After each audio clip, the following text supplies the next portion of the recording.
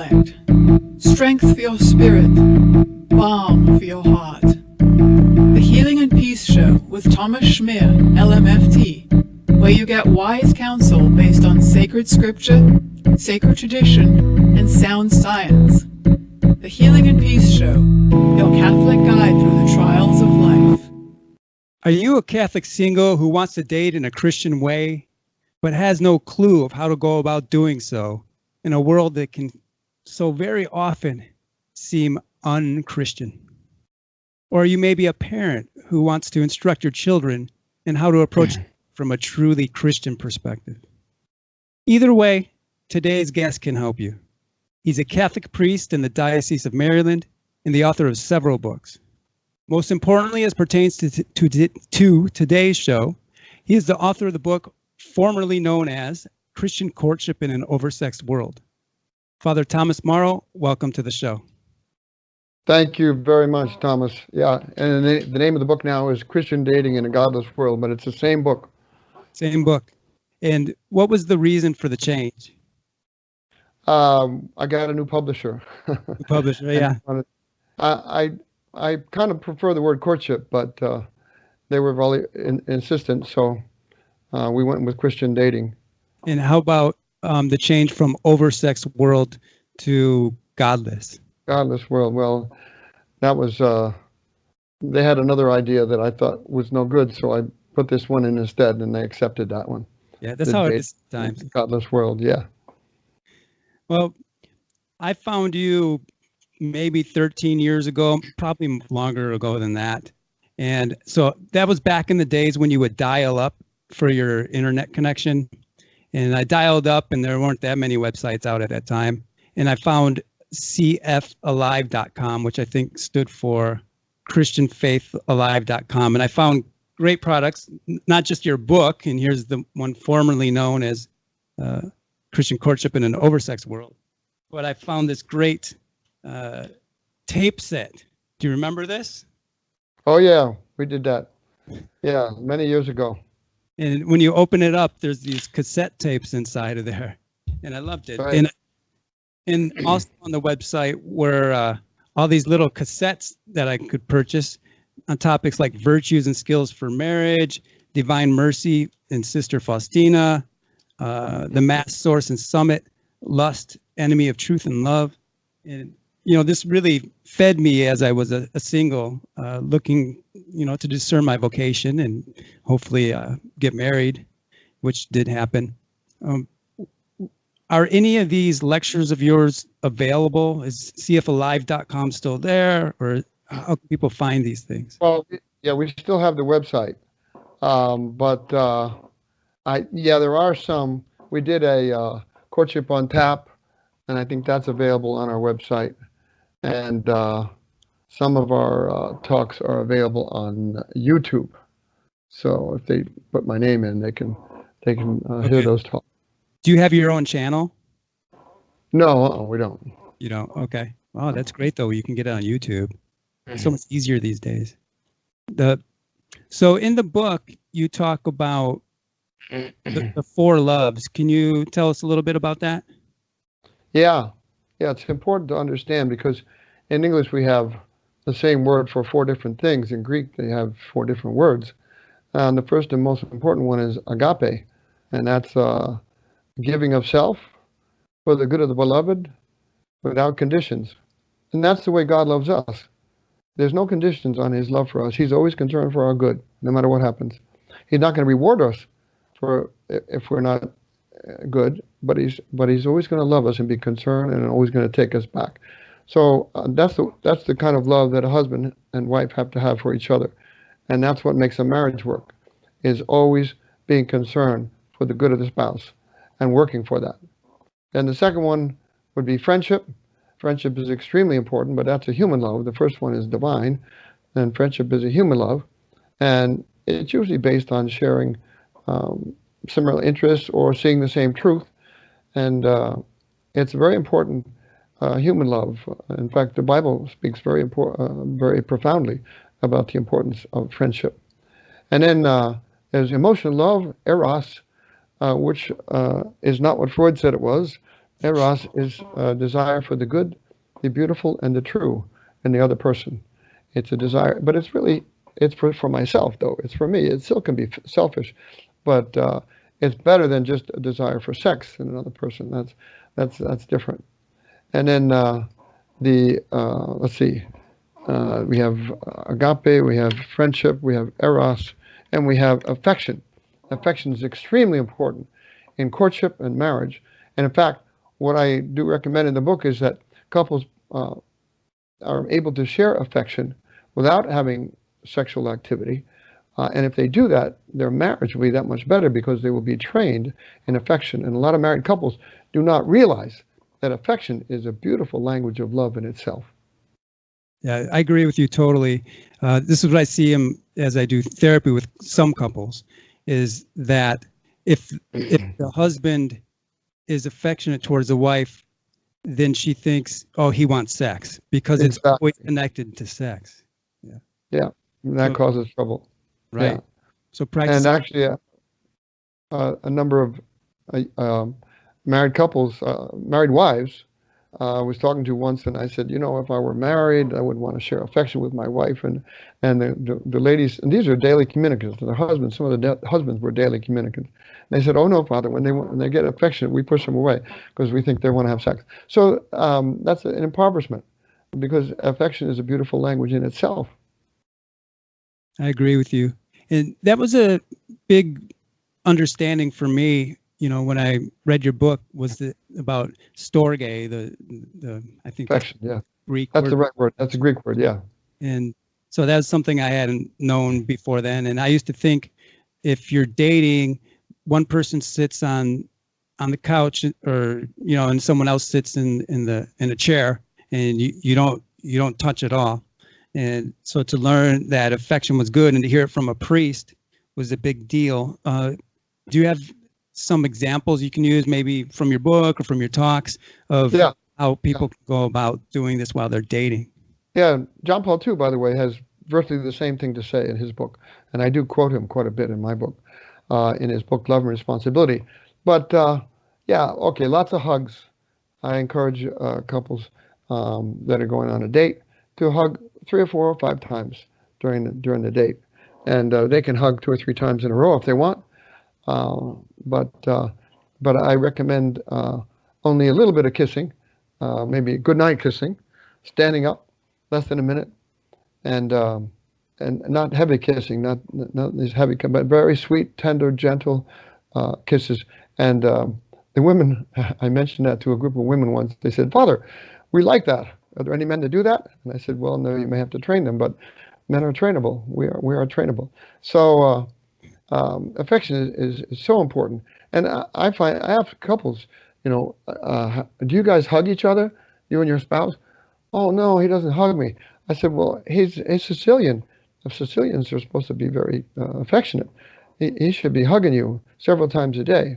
So this is an important training for a good, healthy marriage, is to be able to hug a lot. And also, one young man used to lie on the couch with his head on the lap of his girlfriend. And as long as you stay in that position, he's holding her hand, kissing her hand, talking to her. That's a beautiful way to share affection. And the nice thing about that is you're touching for a long time. And that's what we want. We want intimacy. Pleasure is good, but it's not as good as intimacy. And so it's important that we develop that deep sense of personal intimacy, not sexual intimacy, but personal intimacy, that we're close to this person, and when we're together, our hearts rub against each other in an affectionate way. That's so extremely important, that intimacy. It makes sense. I've noticed I was using that word intimacy a lot, and when I was writing for singles many years ago. And one concern was people, when they say intimate, they mean sex. I noticed with my couples, they'll say when we are intimate, and they mean that's their code word for sex. Mm-hmm. Yeah, and it doesn't need to be the case. There is a wonderful intimacy that's personal, that involves the whole person, and especially focuses on the mind and the heart. I like that. And then, and you mentioned how to run basically a young adult group or a Catholic singles group in a church. What are your thoughts about that? Well, in my early priesthood, the parishes that I went to, sometimes they had a young adults group, and they were co-ed, and they would last for a while, but then some of the people would get married, and then it didn't continue, and it became a bit of a lonely hearts club. So what I tried as an experiment many years ago, this is like 25 years ago, is to have single sex groups, because I had seen a group in California, Southern Cal, by the name of the Spinsters, who had their own women's group, and it was not a religious group, but they were really cool women. And I got invited to one of their events on a blind date, and I said, well, we'll try that, because see if it works. And well, the women went for it right away, and so that group flourished. And then I always tried to pick, the women after Mass, in the weekday Mass, that looked sharp and looked nice. And so some of the men saw the women and said, Father, we'll start a men's group if we can get invited to some of their stuff. So they started a men's group, and they carried the ball beautifully. That was I was surprised that the men picked up the ball and ran with it. They would celebrate feast days, and whenever we had a feast day, we'd have 5:30 Mass at the cathedral, and then both groups would get together and go out to dinner after. And also the women, at one point when there was no men's group, they would have arranged to meet at the 11:30 Mass at the cathedral, and then they would invite approved men who were good Catholics. Maybe they weren't interested in marrying themselves, but they thought they would be good spouses for somebody. And so we would go out to brunch after Mass, and that was a big hit. We had some good connections made that way. And those were weekday Masses usually? No, that was Sunday. Sunday. That was the brunches were Sunday. The feast days, they were 5:30 p.m. and we go to dinner after. Yeah, and also these guys, they picked up the ball, and they would have events for the birthdays of each other, and so and many of them have stayed friends for over 25 years, because they had something really good in common, the love of Jesus. And we didn't play any games. On one trip we went on, a couple of the women told me that one of the women said, Father insists on making chastity part of this whole thing. And she said, I don't know if it's going to work. And the other one said, I don't know if it's going to work either. But they hung with us. And after a while, they were both into chastity. And so that was one of the important things that we promoted in the group, was chastity. And I've been thinking recently about this fact that a lot of women in our world, and especially in our country, they feel like there are no men that are willing to be chaste. And that's not the case. Now, it's true that there are fewer men that want to be chaste than those who don't. But there are men out there. But it's a whole different culture. If you want to get into a Christian culture or a Catholic culture, then you're going to have a much better chance of meeting someone who is into chastity. So it's like a different track. There's a world's track, and you go to pubs and you go to bars and you meet people and stuff. But then there's the Catholic track, where you meet people on, let's say, Ave Maria Singles, or Catholic Match, or at a pro-life group. You get some of the best Catholics at pro-life groups, or at a good Catholic wedding of somebody who's hardcore Catholic. You're going to have some really good Catholics at those weddings. So women need to realize that they don't have to put up with this, because a lot of women say, well, Father, this is all there is out there. And I said, no, that's not true. No, there's a whole different group of people, but it's a little bit more difficult to find those people. And when I was dating, before I got ordained, long before I got ordained, I always figured, well, I'll try to meet somebody that I like, and then we'll see if she's Catholic. And I had it backwards. What I should have done is gone to places where I would meet a Catholic and then see if I liked them. And that is a much better way to approach it, because the marriages of people that are strongly religious have a much higher percentage of success than those where they're not so religious, or maybe one is religious and the other is not religious. So it's extremely important to be able to have that in common. And it is possible to meet somebody who's a strong Christian who's not a Catholic, but the chances are 85% from my experience that if you're going to have somebody that's going to help you get to the kingdom, you need to marry a good, strong Catholic that's going to support you in your faith and work together to get into the kingdom. Makes absolute sense to me. To me, your words are like gold. I remember being single and there's just not a lot of information out there. So to be bringing this out right now for my audience right now, I'm just really excited about it. Now, in your book, you mentioned finding Mr. Right and finding Miss Right. Is some of what you said, is that what's in that section, or is there something else? No, there's just some thoughts that I've had after, because I've worked with single people and tried to help them realize that there is this whole other way of living. Our youth minister, she graduated from Franciscan University in Steubenville. Well, she had all her social events that she went to were sponsored by Franciscan students or by the college out there in Front Royal, Christendom College, and various other solidly Catholic schools. So these were the events that she was invited to. She ended up meeting a guy who was a daily communicant, a really sharp guy, and had a great job. And now they have like 4 kids, and they're doing really well. But it just shows that you have to be in the right place, and you have to know where you want to be, and have your head on straight. Now, one girl,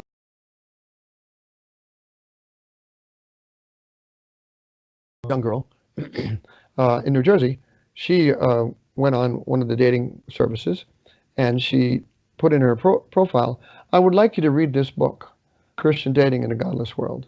And after you read it, let me know if that's where you want to live. And but if you don't read it, or if you don't want to live that way, don't call me." And so this one guy did. He responded to her and he said, "Yeah, that's the way I want to live." And so they dated, and they ended up getting married a year and a half, 2 years later, or whatever, and they just had their first child. So that's one way of cutting through, all the explanations of how you want to live, and making it clear that, I don't want to play games with this. This is the way I want to live. I'm seeing themes. I've interviewed Christopher West and David Sloan, and I know you know who both of them are. I'm hearing the same thing. David Sloan when he met his wife, gave her a copy of Love and Responsibility. And Great. Read that same kind Great. of idea. And then for my wife, her father had given her Love and Responsibility, and Great. then also on her profile, we met online on CatholicSingles.com, and she said, "If you don't believe in all the teachings of the Catholic Church, don't contact me." And then I knew that's the one to contact. Yeah. So And that's smart, because then you don't play games, and you're upfront, and you don't have to worry about it, because you said, this is what I said, so I hope you're going to stick with it. Mm-hmm. Exactly. I love it. What does it say in your book about Mr. Right, Miss Right? Finding Mr. Right, finding Miss Right. Well, the first thing is, you don't ask them if they're a good Catholic, because if you ask somebody if they're a good Catholic, they may not have set foot in the church for 10 years. "Oh, I'm a good Catholic. Yeah, I'm a great Catholic. Yeah," but they're not. So what you do is you observe, and you see what's going on. But in the age in which we live, it would be a good idea to talk about chastity. And if they don't want to have the person, read the whole book, they can go on our website, and we have kind of a summary of living chastely. And our website, as you mentioned, is C as in Catholic, F as in Faith, Alive, cfalive.com, and we have a little summary on how to live chastely in a courtship. But it's worth it, because there's all kinds of issues that come up, and what happens is that if couples have sex before marriage, then their likelihood of divorce increases considerably. I think it goes up 70 3% for women and 64% for men. It increases. But I heard recently a talk by Rick Warren, whose talk I think is probably on YouTube, Finding the Love of Your Life or something like that. And he said that the national average, the divorce rate is 1 in 2.5, which is about 40%. It used to be higher, but now it's a little bit lower. But he said the divorce rate for those who are praying together and going to church together every week and reading the Bible together, I would say also, or reading the saints together or whatever, the divorce rate is something like 1 in 1,100. So it's amazing if you get somebody that's really into God. And if you really want to be saved, that should be the most important thing. Yes, it seems like if you can either marry someone who's not that into God and be kind of dragged down, or you can marry someone who is into God, and then you can unify and be a great force, not just to give to one another, but also have a lot of energy to give to the world. Right. And some people say, well, I'm dating this guy, but I'm going to, I'm going to make sure he gets converted. Well, if you want to convert people, I don't recommend you marry them. You could become a nun or something, and you can convert people better that way. But you don't want your marriage to be an evangelization program. That's not what it should be. So you need to get somebody that's going to have a high probability of helping you get to the kingdom, because that's what we're here for. You also talk about enjoying your singleness in the book. Right. Yeah, can you tell us a little bit about that? Yeah. Okay. People need to realize that that when you're single, you have more time that you'll ever have in your life to connect with God and to pray every day. I recommend at least the rosary every day. Getting to daily mass. A lot of our St. Lawrence Society, St. Catherine Society members of this group that I told you about, a lot of them go to mass every day. And so they're really into the faith. They pray and they read about the saints. So this is ideal to be able to do this when you're single, and to also to trust in God enough to say, Lord, I know that I'm not single just because of some freak of probability, but that you have a plan for me, and that you have planned this exactly the way it should be. So I trust you, and I'm going to be open to you, to follow you, and to find someone that will honor you and help me honor you. So it's so important that we single people have that attitude and not be obsessed with getting married. Because basically, if we're obsessed with getting married, if that's the most important thing, then we're putting God in second place. And we're saying, God, you're not enough. But God is enough. And we have to trust him, and we have to let go of everything, including our second most important thing, and that is our affection, our vocation to become married. Presumably, if people are inclined to marriage, and that's what their vocation is likely to be. Although in my case, I was looking for a wife for 12 years after college, and God surprised me and said, I want you to become a priest. And I said, are you sure? I've been looking for a wife. But he stuck with me. And so I pursued that and was ordained in 1982. So that points to something that I believe, which is that our vocational formation isn't that different pre-seminary or pre-getting married. We're all called to holiness. Exactly. So we should be trying to go to daily mass if we can, and reading the saints and things like this. Yeah, and I've had a lot of luck with people that have come for spiritual direction, and I've said, well, if you come for spiritual direction, I'll be happy to help you to steer the ship, but you've got to get the fuel. I said, would you be willing to try to go to mass every day, and or are you going to mass every day? And if they say no, I said, look, here's a suggestion. What I want you to do is I want you to pray to God, Lord, if you'd like me to go to mass every day, please arrange it. Because my schedule or whatever, where I live or whatever, it just doesn't make it possible for me now. But if you please arrange it, I'd be appreciative.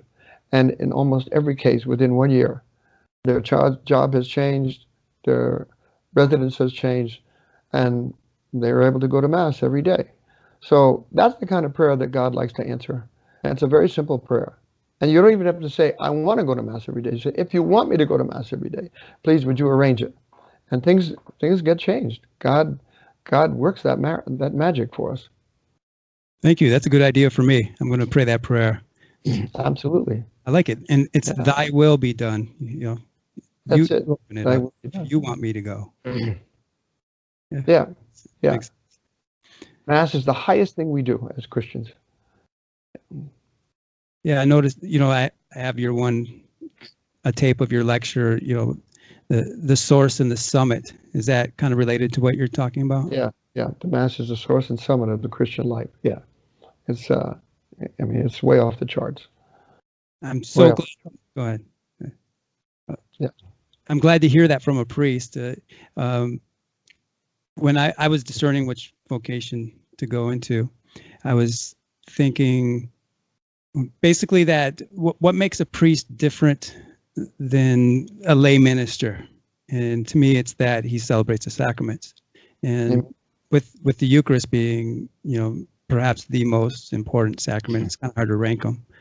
And right now the Mass is bigger than the sacrament of the Eucharist. Okay, the Eucharist is part of the Mass, but all the sacraments put together are not equal to the power of one Mass. Okay. So the Mass is just way up there. And there was a guy in my first parish who used to come to Mass just before communion time. He would receive communion and make his thanksgiving and go off to work. So I stopped him after Mass today and I said, look, I have a way for you to get a lot more grace and a lot more sleep, because it was a 6:30 Mass. And he said, what's that? And I said, just come early to Mass, come on time for Mass once a week and receive communion.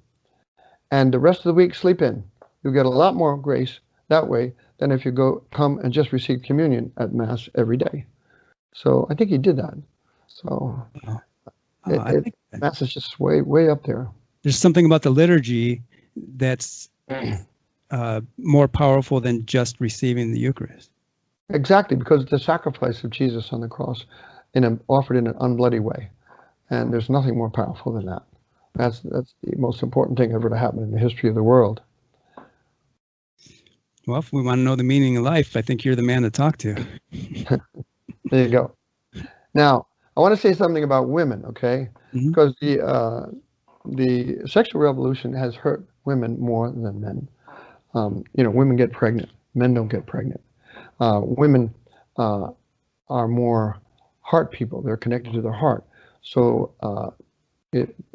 what happens is when a woman has sex with a man before marriage or any time, it produces oxytocin in her, which is a bonding chemical. And so she feels bound. And it also produces oxytocin in the man, but testosterone in men blocks that oxytocin, so the man doesn't feel connected to the woman. So if one feels connected and the other is not connected, who's going to have the upper hand? Well, the man is going to have the upper hand. And that's what happened.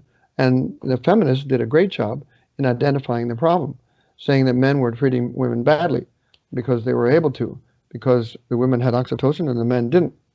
And so I found a book maybe 10 or 15 years ago written by a woman named Hephzibah Anderson.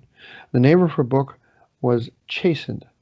And what it was about is she was going to take a year after having presumably a great deal of sex, of not having any sex, and going out with men, but not having any sex with men. And this is what she wrote in her book. I love this. As soon as I went to bed with a man, I'd lose any clear sense of perspective. I had constantly mistaken casual hookups for rose-tinted beginnings. However uninvolved I started out, however uninvolved it seemed I was supposed to be, I could not remain cool-headed or cool-hearted as the temperature shot up. To admit as much felt like letting down the sisterhood. I knew that as a woman, my right to sexual expression was hard won. Yet that ideal seems to have been watered down to become intimacy without intimacy. While it is billed as empowering to be able to love and leave a man like a man, to me it felt like I was denying a whole set of instinctive feminine responses, forcing myself to conform to decidedly masculine relationship ideals. And what a waste of energy all this weeping seemed. So here's a woman that has no apparent religious connection at all, but giving us a natural law argument for chastity. And when did you found that several years ago, and Yeah, and you've held on to it. Yeah. it's revised. It's in the revised edition of the book. Okay. Nice. And it's in the Christian Dating in A Godless World, and also the revised edition of Christian Courtship in An Oversexed World. But now they're the same. They're the same book. Yeah. Nice. Yeah. Nice. And then there's the section on what about past sins? People have, you're going to run into, if you're dating these days, probably you're going to date someone who's had some serious sin already. Right. Yeah. Some of our most devout daily communicants have had, shall we say, colorful past. And they asked me, what if my boyfriend asked me about my past? I said, well, you can say, I didn't always live up to the moral teaching of the gospel on chastity, but I was converted, and now I want to live them perfectly, and that's my goal. And what if he says, well, can you give me more detail? I told him, say no detail, because people ask for details and they can't handle it. Mm-hmm. So you just say, no, I'm not going to give you details. I'm not going to give you the number of people. I'm not going to give you who it was or how long it lasted or any of that stuff. That's not necessary. It could be even in a case of a woman that's really holy now, that she may have had an abortion in the past. And,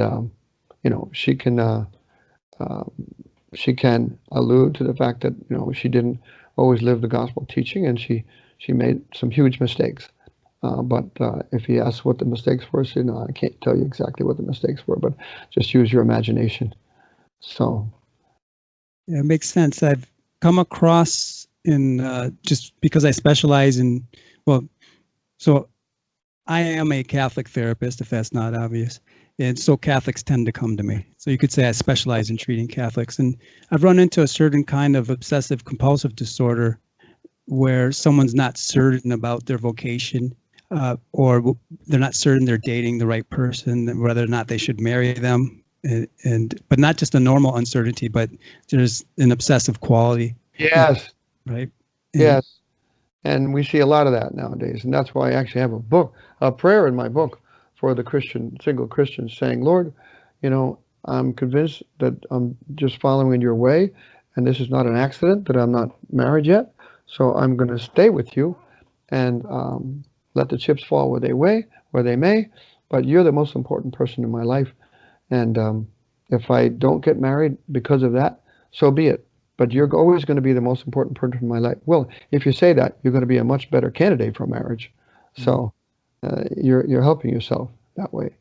But one woman said, when she heard that prayer, she said, well, Father, if I said that, I'd never get married. I said, but you become a saint, which is more important. Exactly. Putting it on perspective. Yeah. Faith and trust is the answer. It's have uncertainty. We'll never know for sure. Is this going to be a successful marriage or not? Will the other person divorce me? We'll never know. All we can do is have faith and trust in God. So I just love and use your head. And use your head. Be rational. And not do something stupid. Right. Exactly. Make a good choice. Some people they date people that are, at the opposite end of the spectrum from being devout, and they expect that to last. Well, you're taking a big chance when you do that. Yeah, I think you're talking about the two poles, or we are here. One is overly anxious and obsessing about when they have like a great potential spouse in front of them, and then the other one, they're not really using reason and not looking at the qualities that are lacking. They should weed someone out, and instead they're just trusting in God. Yeah, it's like so important to dating an alcoholic or something like that. Exactly, people that have major hangups, you have to avoid people like that. And if you're with somebody that has a problem with alcohol or substance use, they got to go to AA and they got to stick with it. And you got to take your time on that situation, on that relationship. But and that's another thing. I mean, people, they tend to get married too quickly. They want to get married. They've known somebody a year and they want to get married. There actually was a study at Kansas State where they found that the divorce rate, and this, by the way, is in the book. It's in my book, but it's also in the book How to Avoid Marrying a Jerk by John Van Epp. And the study showed that those who dated 2 years or more, as opposed to those who dated under 2 years before marriage, they had half the divorce rate of those who dated under 2 years before getting married. So, it's you got to take your time. Yeah. And I don't care.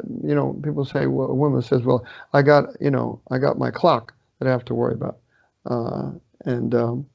I say, forget the clock, throw it out the window. Don't worry about that. The important thing is you got to get the marriage right, first of all. And you can always adopt.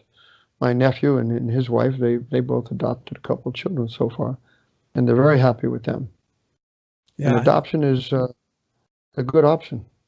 Yeah, it seems like some people get stuck on carrying on the family, gene pool or something like that. But that could be kind of ego-based, I think, rather than God-based. Yeah.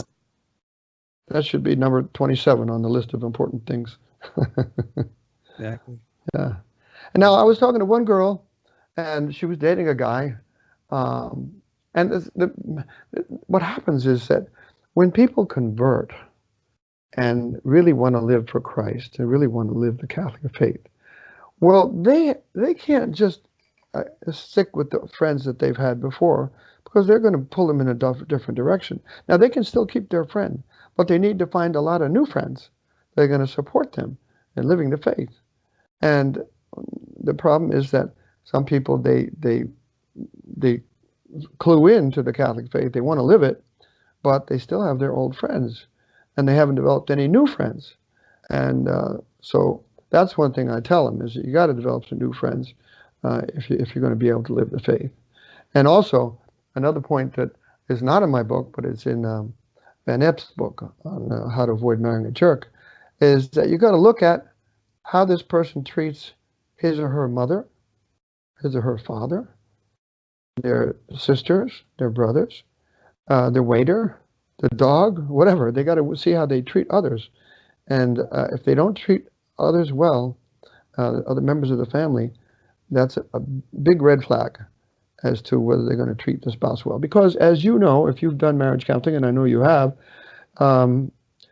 familiarity does breed contempt. There's no way around it.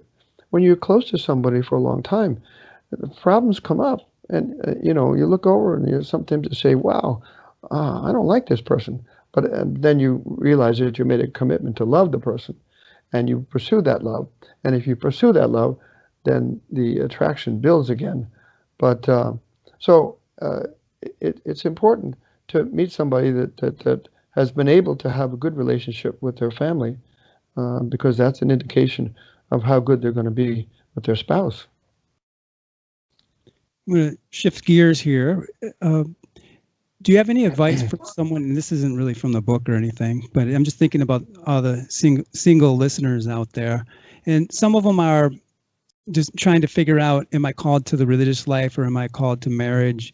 And they might not know whether to, go to the seminary or to date, or can they still date when they're in the seminary, or, all these kinds of things.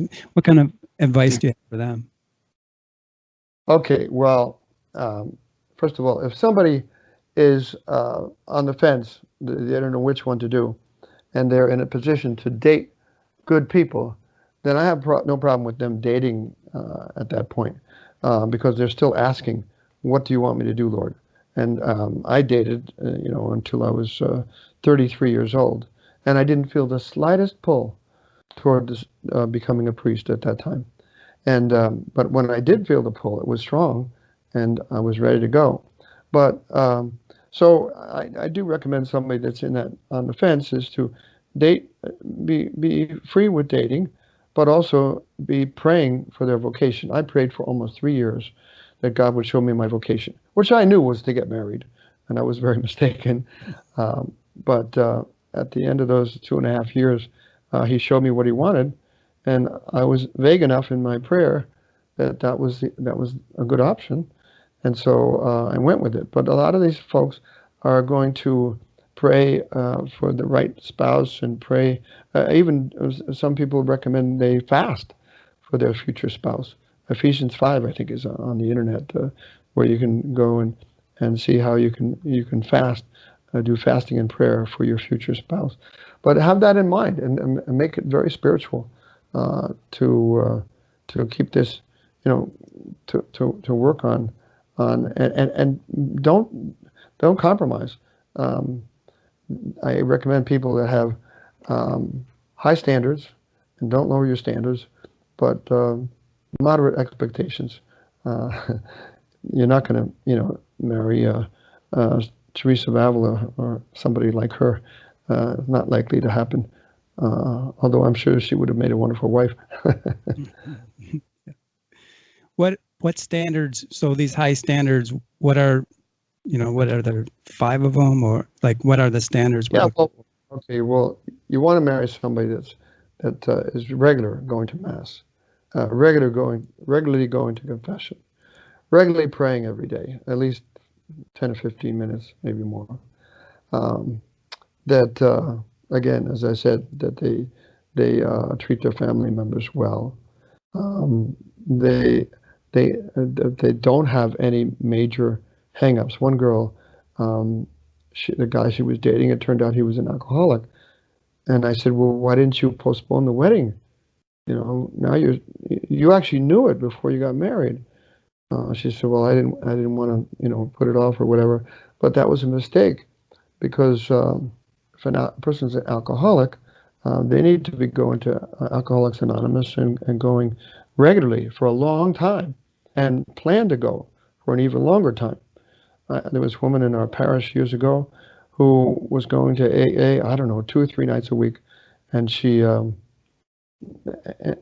been married 5 or 10, 15 years, but I think she's still going to AA. So people have to realize that if somebody has a drug problem, that's a big red flag, and they got to work on that and get that straightened out immediately. They have a drinking problem, but we just talked about that. And then also if they're gamblers, some people they are gamblers, and they have a gambling addiction. So it's all these addictions that you got to worry about. One of the nicest movies I've seen on marriage is Fireproof, by a Baptist parish in Albany, Georgia. And one of the things in the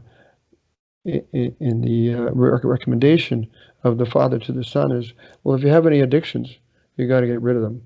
Well, the son in the movie had an addiction to pornography, so that's another issue. If a man is or a woman, but mostly men, but now more and more women. I think a third of the pornography users are women now. But if somebody is addicted to pornography, that's a big red flag. They got to take care of that, get it straightened out right away. And if a man has a problem with this, he needs to tell his girlfriend. He needs to work on it. He needs to go to SA, Sexaholics Anonymous, and he needs to pray a lot and get the confession. And there have been situations, there's actually stories of couples where the guy was addicted, and the wife said, you got to get it straightened out, or, it's off. And so he got very serious about fixing it. He went for therapy. He got into a support group and a SA group. And Sexaholics Anonymous, by the way, that's the one group that has the same criterion for chastity as we do as Christians. So no sexual activity, no masturbation, none of that stuff. It's all out. And so this one guy that I was reading about, he actually was able to go on the wagon and do very well. I do have another book entitled Achieving Chastity in a Pornographic World, and that is available on the internet, but it's also available for download at this website, achievechastity.com. achievechastity.com. They can download that book free, and it's all about chastity and all the different situations, homosexual situations too, and masturbation and all of this stuff. Because with the internet, this issue of pornography and all of that is a huge, huge problem in our world. Huge problem. And so we find people that are dealing with this in many other areas in their life. They're doing well. But in this area, no, they're not doing well. But there are ways to work on it. So with you being a priest, and people confess sins to you, and I know you can't break the seal of confession, but you get to see who's getting better with, sins against chastity and who's kind of stuck in it. And have you seen that? Have you referred people to this resource in confession and seen them get better, or do you talk to them after, or how do you go about that? Yeah, I actually give a little card out that has our website on it, so they can download the book free. But also I have another card that I give them, and the title on one side of the card is The Truth About Chastity. And it's all the reasons why it's better to be chaste. I want to treat sexuality as something sacred, not trivialize it. I want to honor this other person. I want to live by reason and not be controlled by my urges. I want to keep my relationship with God. All of these things, they read about them, and I say, I want you to read this card 3 or 4 times every day for anywhere from 6 months to a year. And if you really believe it, what you're doing is you're converting your heart. Your mind says, I don't want to do this. My heart says, I got to have it. So you convert the heart, as John Paul II says in Love and Responsibility, by reminding yourself of the values gained by chastity. And eventually you graft those values onto your appetite so that you convert your appetite, you convert your heart. So if your heart and your mind are going in the same direction, there's no conflict. And that's what chastity is about. Self-control is good in the meantime because you have a battle and you win. But chastity is where you're so convinced in every fiber of your being that this is not going to make you happy, this unchaste stuff, that you don't even have a struggle. And I've seen that happen in a lot of people. One man told me he used pornography every day, and now he falls maybe 3 or 4 times a year. So and it may be that in another year or 2 he won't fall at all, and that's what we want to be. I love that. Where can people get these cards? They can get them on our website.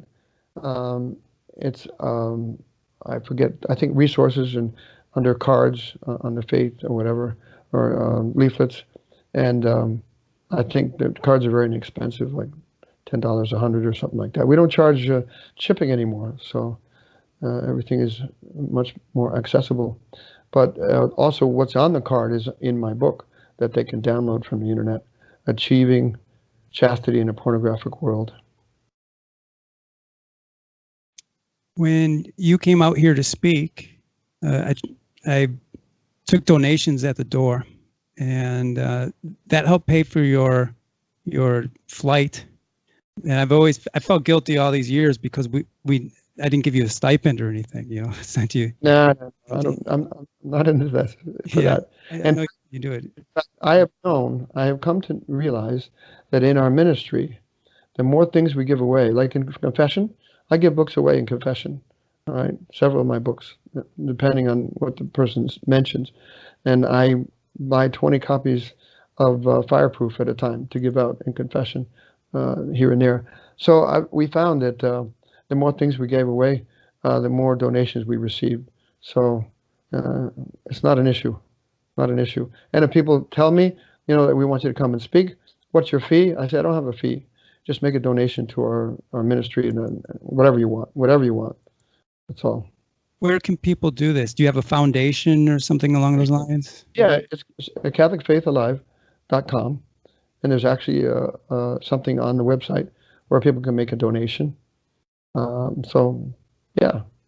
But the prices of our books are a little lower on our website than you will find on the regular book websites for purchasing. So we try to keep the prices low, And also we say if somebody can't afford something, let us know. We'll try to provide it for you free. Well, that's all we have time for today. Father Thomas Morrow, thank you for joining us and giving us some direction on Christian dating. I'm licensed marriage and family therapist Thomas Schmier, and you've been listening to The Healing and Peace Show. The Healing and Peace Show is available on my Facebook page, my YouTube channel, and on various podcast sites like iTunes. You can find links to my social media sites and find out more about my therapy services at healingandpeace.com. I offer Catholic individual and family life coaching services worldwide, and my license as a marriage and family therapist allows me to do therapy in 6 different states in a few countries. I have a master's degree in moral theology, and I believe in all of the teachings of the Catholic Church. If you'd like to know when new episodes of the show are released or when I post new blog articles, just sign up for my email newsletter at healingandpeace.com. Until next time, may God bless you with healing and peace.